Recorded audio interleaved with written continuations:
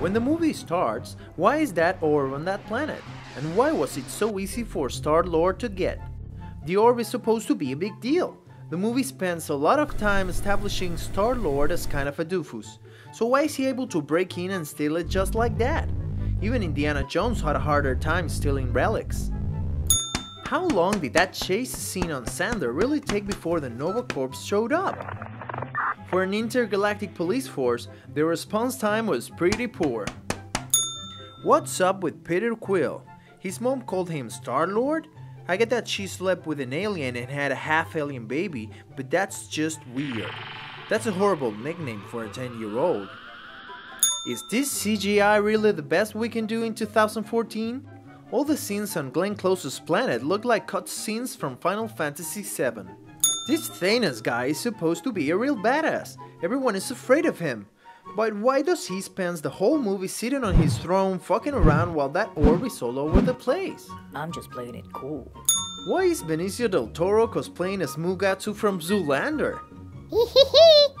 What does Star-Lord use to power his Walkman for so many years? AA space batteries? A flux capacitor? That's so cool. An intergalactic civilization would have come up with better audio gear so he could move his music off of the ever-decaying magnetic cassette tape. What? No iPods in space, Star-Lord? How is it possible that the blue dude from The Walking Dead looks so much like 50 Cent? Hey, brother. Gamora is a modified weapon of war that kicks ass throughout the movie, except for that one time in the prison where she's bullied by two average dudes. Why? Because Star-Lord requires a scene where he saves her. Why did the prison guards do a countdown before opening fire on the windows? Why not just shoot them before they have any more time to do stuff? Also, why not just shoot all the missiles at the same time instead of slowly firing one at a time? All those missiles would surely kill our heroes and end the riot.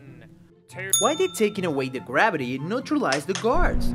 Guns don't work in zero gravity? Oh my god. Am I the only one who felt bad for all the prison guards who got killed during their escape? Poor guys, they were just trying to make a living. When the raccoon and the big muscle dude get in a fight in that bar, why do Star-Lord and Zoe Saldana give a shit? Why not just let them kill each other so they can be a couple of billion credits richer? Star-Lord's helmet, which is clearly a ripoff from Mass Effect, only covers his face, leaving his pretty hair perfectly free to flow in the vacuum of space and his brain exposed to the cold radiation and other hazards. Are the laws of physics different in this universe? Because Gamora and Star-Lord should have died or at least suffer serious internal injuries when exposed to the empty void of space for almost a minute. Gamora gets her small ship pulverized in space by Nebula and she has absolutely no physical injuries apart from the fact that she fainted? Yeah, right. When Zoe Saldana is floating around in space, why didn't they just grab her with the space arm thingies and take her back into the big ship? How is there not room for two people in that space pod?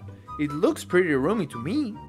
The slave girl at Mugatsu's lair presumably saw the backstory exposition projection where it shows all those guys dying after grabbing the Infinity Stone.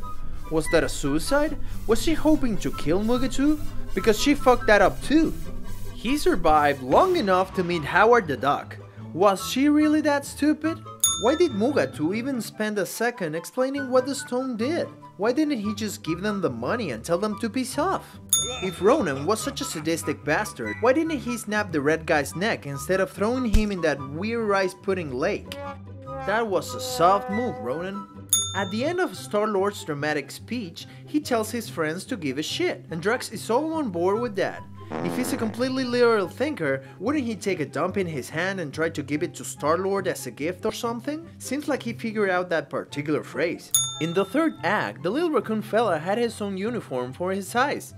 Did Yondu sew one for him? Or maybe they have little raccoon uniforms laying around on the pirate spaceship. He looks like a princess. Did Drax really call Gamora a whore? Dude, she didn't sleep with anyone in this movie yet, not even the roguish hero. Seems unfair to be honest.